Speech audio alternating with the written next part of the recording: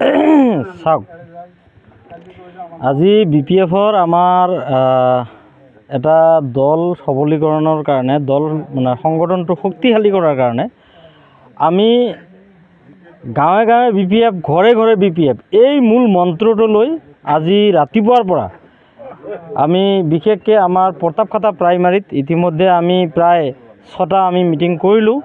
এতিয়া ৰাতি 10টা বাজিছে। আমি দিনজোৰা কাৰ্যসূচী লৈছোঁ আৰু এই দিনজোৰা কাৰ্যসূচীৰ লগতে আমাৰ ইয়াত টোটেল 96টা বুথ আছে। এই 96টা বুথতে আমি ভিজিট কৰিম আৰু আগৰ যিখিনি বুথ কমিটি আছিল এই বুথ কমিটিখিনি আমি পুনৰ নতুনকৈ গঠন কৰি মানে সেইখিনি মানুহৰ লগত আৰু মানে মানুহ আমি চামিল কৰি আমাৰ বুথবিলাক সবলীকৰণ কৰিম। ইয়াৰ জৰিয়তে যাতে আমি ৰাইজৰ অভাৱ অভিযোগখিনি এই বুথৰ জৰিয়তে আগন্তুক ভৱিষ্যতে এই বুথৰ জৰিয়তে প্ৰত্যেকটো কথা আমি বুথৰ জৰিয়তে আমি সমাধান যাতে আমি কৰাৰ আমি চেষ্টা কৰিম। এইকাৰণে এইবাৰ আমি বুথত আমি যথেষ্ট গুৰুত্ব দিছোঁ আৰু বুথ কমিটিৰ কাম আমি কৰি আছোঁ। ঘৰ ঘৰ BPF, গাঁৱে গাঁৱে BPF যি শব্দটো লৈ আপোনালোকে মিছন লৈছে, ৰাইজে সঁহাৰি কেনেকৈ জনাই আছে? চাওক, গাঁৱে গাঁৱে BPF, ঘৰে ঘৰে BPF এই মূল মন্ত্ৰটো লৈ ইতিমধ্যে আমি ওলোৱাৰ পিছত আমি যথেষ্ট সঁহাৰি পাই আছোঁ আৰু এইটো মানে আমাৰ মূল মন্ত্ৰ হ'ব। এতিয়া এই সময়ত আমি গাঁৱৰ পৰা আমি যথেষ্ট পৰিমাণে সঁহাৰি পাই আছোঁ। ৰাইজলৈ কি মেছেজ দিব? ৰাইজক এটাই মেছেজ মই দিব বিচাৰোঁ যে বিগত সময়ছোৱাত আমি ফকিৰাগ্ৰাম সমষ্টিটো আমি জিকিব পৰা নাছিলোঁ। এটা ৰুলিং পাৰ্টিৰ এজন আমি MCLA জিকাব পৰা নাছিলোঁ, কিন্তু যোৱা 5 বছৰত আমি এজন BJPৰ পৰা MCLA যিজন জিকি গ'ল, এখেতে ৰুলিং পাৰ্টিৰ এজন MCLA হৈ গ'ল। তো এখেতে আমাৰ এই ফকিৰাগ্ৰাম সমষ্টিৰ কাৰণে একো কৰিব নোৱাৰিলে। গতিকে এইবাৰ ৰাইজে যথেষ্ট সজাগ হৈছে। ৰাইজে ইতিমধ্যে সিদ্ধান্ত লৈছে, ৰাইজে আমাক জনাইছে, ৰাইজে ইতিমধ্যে সিদ্ধান্ত লৈছে যে এইবাৰ ফকিৰাগ্ৰাম সমষ্টিটো BPFৰ কাৰণে বহুত ভাল। আৰু যিহেতু এইবাৰ মানে BPFৰ বঁটা বলিছে, কাৰণ চবে জানে প্ৰতিষ্ঠান বুৰেদি ঢেউ এটা থাকিব। 17 বছৰ ৰাজত্ব কৰাৰ পিছত হাগ্ৰামা মহিলাৰ নেতৃত্বত 17টা আসন পোৱাটো এতিয়া ধেমালিৰ কথা নহয়। আৰু ইমান প্ৰতিষ্ঠান বিৰোধী ঢেউ থকাৰ পিছতো আজি মানে 17খন আসন পোৱাৰ পিছতো হাগ্ৰামা মহিলা ডাঙৰীয়া অপজিশ্যনত বহি আছে। আজিৰ ডেটতো আমাৰ ষ্ট্ৰং অপজিশ্যন আছে। আগন্তুক ভৱিষ্যতে আমি যে 100% ইয়াত আহিম, আমি যে মিনিমাম আমি 25টা আহিম, সেইটো 100% নিশ্চিত। আৰু ফকিৰাগ্ৰামটো এইবাৰ আমি 100% জিকিম। BPFৰ বাহিৰে BTCত কোনো দলে উন্নয়ন কৰিব নোৱাৰে বুলি আপুনি ভাবেনে? এইটো ইতিমধ্যে আমি বহুত ৰাইজে ভাবিছিল BPFে হয়তো 17 বছৰত যিটো ডেভেলপ কৰিছে, চবৰে এটা মানে মিঠা মিঠা খাই অলপ আমনি লাগে, তথাপি অলপ তিতা কেহা এইবিলাক খাব বিচাৰে।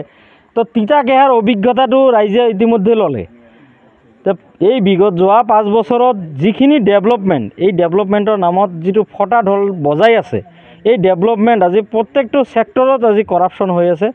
আজি চাওক, কিতাপৰ নামত কৰাপশ্যন হ'লে, আজি যিকোনো প্ৰগ্ৰামৰ নামত যিখিনি কৰাপশ্যন হৈ আছে, আমাৰ BTC ডেভেলপ কৰাৰ খাতিৰত হাগ্ৰামা মহিলাৰ ডাঙৰীয়াৰ নেতৃত্বত যিখিনি পইচা পাইছিল আৰু এইখিনি পইচা একদম উপযুক্ত কামত খটুৱাইছিল। তাৰ কথাটো আপোনালোকে আজিতকৈ 10 বছৰ আগৰ কোকৰাঝাৰ আৰু আজিৰ কোকৰাঝাৰ, আজিতকৈ 10 বছৰ আগৰ BTC আৰু আজিৰ BTCৰ মাজত তফাতটো আপোনালোকে দেখা পাইছে।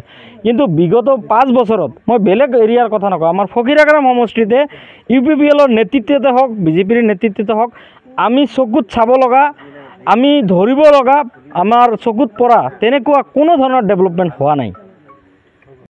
ৰাইজৰ সঁহাৰিটো আপোনালোকে নিজে দেখা পাই আছে। আজিৰ যিটো দিন, এই দিনত ইমান মানুহ কৰ্মব্যস্তত থাকে, তথাপিও আজি যি আমাৰ বুথ সন্মিলনী আমি কৰি আছোঁ, যিখিনি বুথত যিখিনি যাই আমি মত বিনিময় কৰি আছোঁ, তাতে আপোনালোকে দেখা পাইছে ইমান কাম ব্যস্ততাৰ মাজেদিও আমাৰ বুথ কমিটিবিলাকত আমাক সহায় কৰাৰ কাৰণে বা আমাক সহযোগ কৰাৰ কাৰণে যথেষ্ট সঁহাৰি জনাইছে। ইয়াৰ যোগেদি এইবাৰ আমি নিশ্চিন্ত, ফকিৰাগ্ৰাম যে এইবাৰ BPF দলে উদ্ধাৰ কৰিবলৈ গৈ আছে, ইয়াৰ পৰা আমি একদম নিশ্চিন্ত হৈ আছোঁ। ইতিমধ্যে BJPৰ যিজন EM আছে বা পৰিষদ আছে, এই ক্ষেত্রে ধর্মীয় সংখ্যালঘুক বিভিন্ন ধরনের প্রভাবিত করার কারণে প্রচেষ্টা অব্যাহত রাখছে। এই ক্ষেত্রে আপনারা BPF হিসেবে কি রাস্তা অবলম্বন এজন ৰাজনেতা হিচাপে সেইটো কৰাটো আমি অকল BPF দল হিচাপে নহয়, যিকোনো দলে এইটো গ্ৰহণ কৰি ল'ব নোৱাৰে।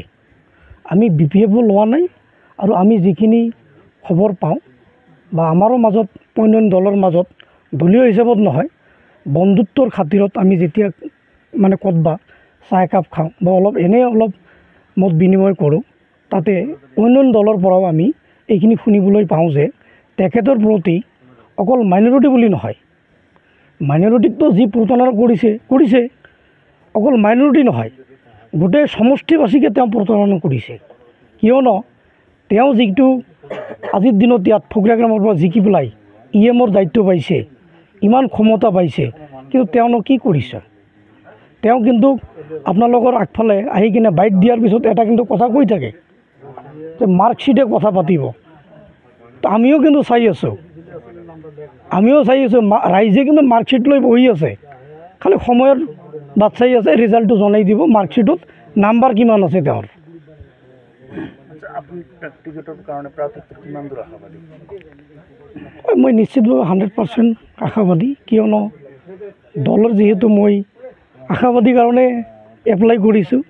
এতিয়া যিহেতু আমাৰ দল ডিষ্ট্ৰিক্ট কমিটি আছে, আমাৰ চেণ্ট্ৰেল কমিটি আছে বা স্ক্ৰিনিং কমিটিও বনাই দিয়া হৈছে, দলে যি মানে এটা সিদ্ধান্ত ল'ব, দলৰ প্ৰতি মোৰ আস্থা আছে আৰু মই বিশ্বাসী